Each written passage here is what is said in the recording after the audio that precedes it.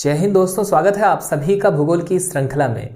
भूगोल की श्रृंखला के अंतर्गत हम मुख्य तौर पर वृहत हिमालय का अध्ययन कर रहे थे। इसके पहले वाले लेक्चर में दोस्तों हमने वृहत हिमालय का विधिवत विस्तार पूर्वक अध्ययन किया, पर वहाँ पर एक पॉइंट था जिसे हमने नेक्स्ट वीडियो के लिए छोड़ा और वह था माउंट एवरेस्ट। तो हाँ, हम इस वीडियो में माउंट एवरेस्ट की चर्चा करने जा रहे हैं। आपको बता दें, माउंट एवरेस्ट को हम अलग से जो यहाँ पर पढ़ रहे हैं उसका कारण है कि भाई इससे जुड़े हुए जो भी परीक्षा उपयोगी प्रश्न हैं वो सभी हम इसमें सम्मिलित कर सकें, और माउंट एवरेस्ट का अध्ययन करने के उपरांत हमारा वृहत हिमालय पूरी तरीके से कंप्लीट हो जाएगा और फिर हम चर्चा करेंगे लघु हिमालय और शिवालिक की। तो चलिए ठीक है, बिना समय गंवाए हम इस माउंट एवरेस्ट के विषय में जानकारियाँ जुटाना प्रारंभ करें। सबसे पहले तो दोस्तों इसकी यदि हम बात करें तो हमें नामकरण से शुरुआत करनी चाहिए। हमें यह जानना जरूरी है कि आखिर इसका नाम पड़ा कैसे। क्या माउंट एवरेस्ट पहले भी सिर्फ माउंट एवरेस्ट के नाम से जाना जाता था या किसी और नाम से भी इसे हम पुकारते थे? तो जैसा कि आप सामने देख पा रहे हैं, माउंट एवरेस्ट का नाम तत्कालीन भारत के महासर्वेक्षक सर जॉर्ज एवरेस्ट के नाम पर पड़ा। यहाँ पर महत्वपूर्ण बिंदु है दोस्तों, sir George Everest. George Everest के नाम पर हम इसे एवरेस्ट बुलाते हैं और फिर बाद में हमने इसे माउंट एवरेस्ट कहा। जबकि प्रारंभ में इसे हम किस नाम से जानते थे, तो आप इसमें सबसे लास्ट पंक्ति में देख पा रहे हैं कि विगत में माउंट एवरेस्ट को चोटी 15 कहा जाता था, यानी चोटी 15, पीक 15 के नाम से हम इसे जानते थे, जिसे अब हम माउंट एवरेस्ट के नाम से पुकारते हैं। और इस नामकरण के पीछे का कारण क्या है दोस्तों, तो महासर्वेक्षक हैं सर जॉर्ज एवरेस्ट, उन्हीं के नाम पर हमने इसका नाम एवरेस्ट किया। आगे चल करके आपको बता दें कि इन्होंने एवरेस्ट की अवस्थिति का पता लगाया।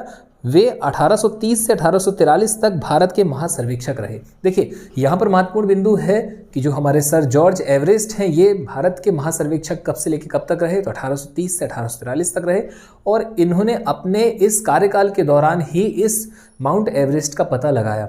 यही कारण है कि इन्हें सम्मान देने के लिए सम्मान स्वरूप हमने इस चोटी 15 का नाम माउंट एवरेस्ट किया। इसके अलावा दोस्तों माउंट एवरेस्ट को अन्य नामों से भी जाना जाता है, जिसमें महत्वपूर्ण है तिब्बत के स्थानीय निवासी इसे चोमोलुंगमा या कोमोलुंगमा के नाम से पुकारते हैं। जैसा कि आप यहाँ पर देख पा रहे हैं, माउंट एवरेस्ट को तिब्बत में कोमोलुंगमा यानी कि बर्फ की देवी तथा नेपाल में सागर माता यानी ब्रह्मांड की माता कहते हैं। इसे पृथ्वी का तीसरा ध्रुव भी कहा जाता है। देखिए, यहाँ पर महत्वपूर्ण पहलू है ये कि भाई तिब्बत में इसे कोमोलुंगमा कहते हैं।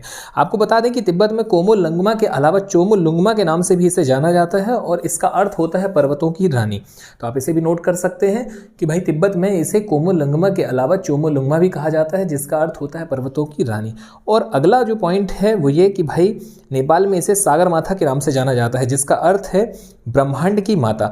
हालांकि आपको बता दें, सागर माता का एक और शाब्दिक अर्थ है आकाश या स्वर्ग का भाल। तो आप इसे भी नोट कर सकते हैं। और इस सबसे परे जो महत्वपूर्ण बिंदु है वो है हमारा संस्कृत में इसे देवगिरी कहा जाता है। तो ये तो बात थी दोस्तों इसके नामकरण की, कि नामकरण को लेकर के जब भी प्रश्न बने तो क्या क्या इसके नाम है। तो इसका नाम है माउंट एवरेस्ट, इसके अलावा चोटी 15, इसके अलावा चोमोलुंगमा, कोमोलुंगमा, सागर माता और संस्कृत में इसे देवगिरी कहा जाता है।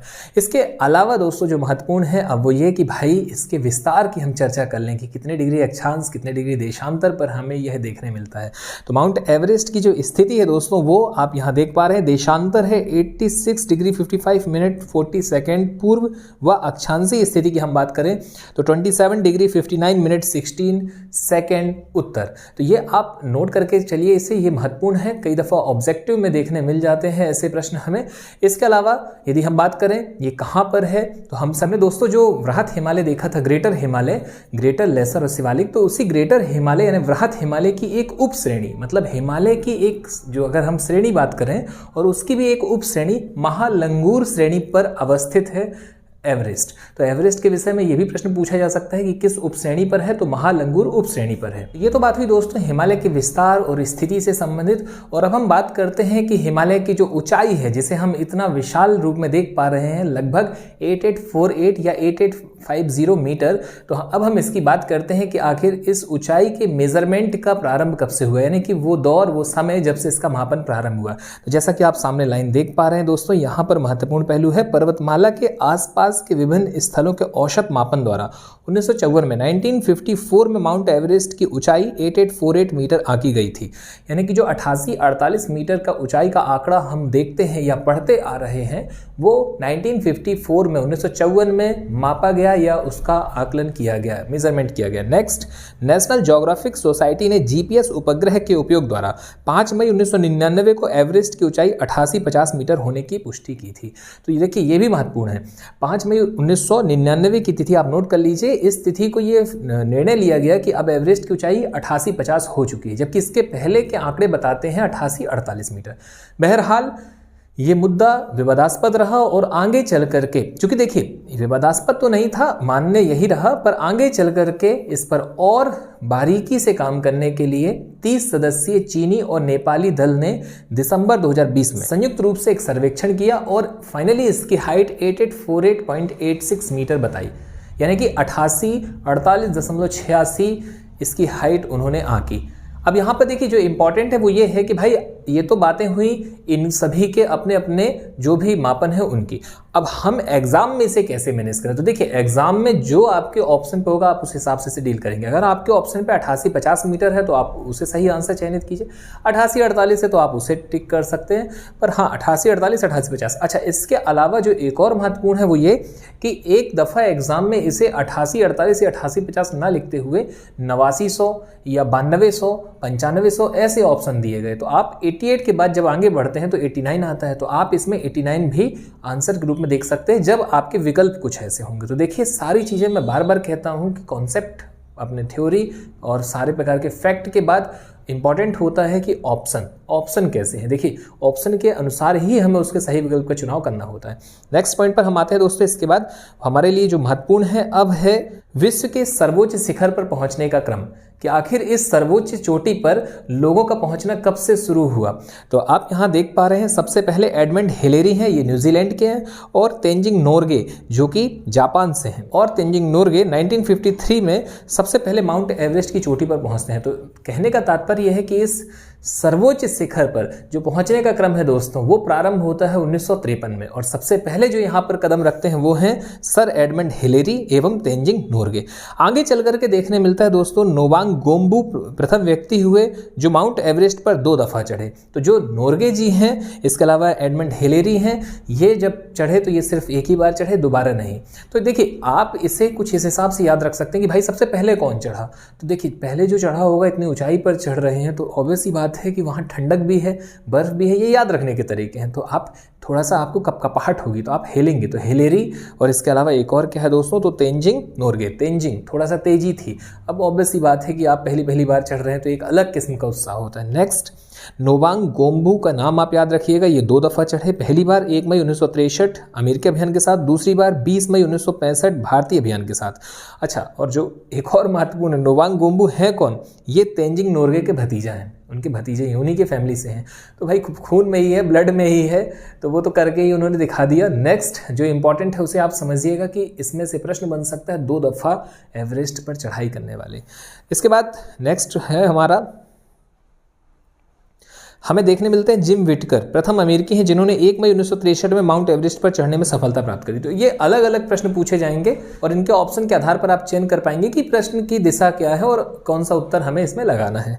नेक्स्ट है दोस्तों जुंके ताबेई या ताबेई, जापान की पहली महिला है जो एवरेस्ट पर चढ़ी 1975 में।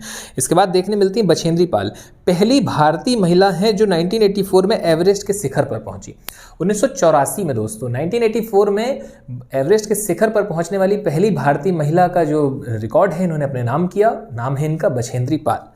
नेक्स्ट है दोस्तों फू दोरजी, प्रथम व्यक्ति हैं जो 9 मई 1984 को बिना ऑक्सीजन के माउंट एवरेस्ट पर चढ़ने में सफलता इन्होंने प्राप्त की। फू दोरजी, देखिए इसे भी याद रखना आसान है। जब आप किसी भी चढ़ाई वाले एरिया में पैदल चलेंगे, चढ़ रहे होंगे, तो आप पाएंगे कि सांस थोड़ा तेज होने लगती है और आप फू फू कर रहे होते हो, तेज तेज सांस लेंगे। तो तेज तेज सांस लेंगे दोस्तों कपालभाति जैसे, ये सिर्फ और सिर्फ आपको बताने के लिए है, अन्यथा मत लीजिए। मैं बार बार कहता हूँ भाई देखिए ये याद रखें हम, जिससे है ना हम एक लंबे समय तक याद रखें।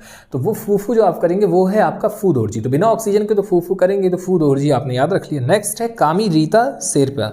शेरपा जी के विषय में आप देखेंगे नेपाल से हैं, सर्वाधिक 23 दफा एवरेस्ट पर पहुंचने में सफल हुए। तो 23 बार, सबसे ज़्यादा बार दोस्तों एवरेस्ट पर चढ़ाई इन्होंने करी। और इसे आप नोट कर लीजिए। कामी पहली बार 24 वर्ष की उम्र में 1994 में इस चोटी पर पहुंचे थे। 1994 में ये 24 वर्ष के थे तब पहुंचे थे और 2019 तक के आंकड़े बतलाते हैं कि ये 23 बार चढ़ाई कर चुके हैं। नेक्स्ट दोस्तों, विश्व में सबसे कम उम्र में एवरेस्ट पर चढ़ने वाला जो पुरुष है वो है जॉर्डन रोमेरो, अमेरिका से हैं। 22 मई 2010 को इन्होंने शिखर पर चढ़ने में सफलता अर्जित करी। नेक्स्ट, विश्व में सबसे कम उम्र में एवरेस्ट पर चढ़ने वाली जो महिला है वो है मालवेत पूर्णा, भारत के आंध्र प्रदेश से हैं दोस्तों ये। और इन्होंने 25 मई 2014 को शिखर पर चढ़ने में सफलता प्राप्त करी। देखिए, आंध्र प्रदेश से हैं मालवेत पूर्णा जी, इनका नाम आप नोट करके चलिए।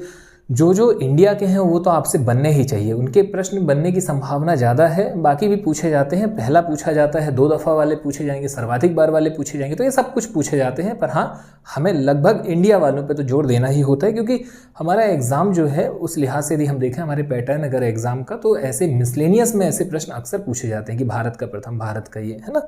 नेक्स्ट है दोस्तों, सबसे कम उम्र 15 वर्ष में एवरेस्ट शिखर पर चढ़ने में सफल होने वाला भारतीय पुरुष राघव जुनेजा, मुरादाबाद, उत्तर प्रदेश से हैं। इसने 21 मई 2013 को एवरेस्ट पर शिखर पर चढ़ने में सफलता प्राप्त करी। इसके साथ इसके स्कूल लॉरेंस के 5 बच्चे भी थे। यह विश्व की प्रथम स्कूल टीम है जिसे एवरेस्ट शिखर पर चढ़ने में सफलता प्राप्त हुई, तो ये भी आप नोट करके चलिए। नेक्स्ट, अर्जुन वाजपेयी, नोएडा, उत्तर प्रदेश से हैं। 16 वर्ष की अवस्था में एवरेस्ट शिखर पर 13 मई 2010 को चढ़ने में सफल हुए। और इसके बाद जो अंतिम पहलू है दोस्तों हमारे लिए जो इंपॉर्टेंट है वो ये कि एवरेस्ट पर तिब्बत की ओर से चढ़ने पर उम्र की सीमा की किसी प्रकार की कोई बाध्यता नहीं है। जब आप तिब्बत की ओर से चढ़ रहे होते हैं तो कोई एज लिमिट नहीं है, बाकी जगहों से एज की लिमिट है। तो ये सभी आपके महत्वपूर्ण प्रश्न है, क्वेश्चन है, फैक्ट है, आप इन्हें नोट करते हुए आगे बढ़िए। इसके अलावा यदि हम बात करें तो 2 अन्य तथ्य हैं आपके सामने। अमेरिका के टॉम वाइटेकर पहले विकलांग व्यक्ति थे जिन्होंने कृत्रिम टांग के सहारे 1998 में एवरेस्ट के शिखर की चढ़ाई कर ली। नेक्स्ट है, हीमोफीलिया रोग से पीड़ित प्रथम व्यक्ति क्रिस बॉम्बेडियर हैं जिन्होंने 22 मई 2017 को माउंट एवरेस्ट पर चढ़ने में सफलता प्राप्त करी। इनके विषय में दोस्तों एक और अतिरिक्त तथ्य वह है इन्होंने माउंट विंसन को छोड़कर विश्व के सभी महाद्वीपों की सभी ऊंची चोटियों पर चढ़ने में सफलता प्राप्त की है। तो ये सभी इससे जुड़े हुए महत्वपूर्ण पहलू थे जिन पर चर्चा आज हमने की।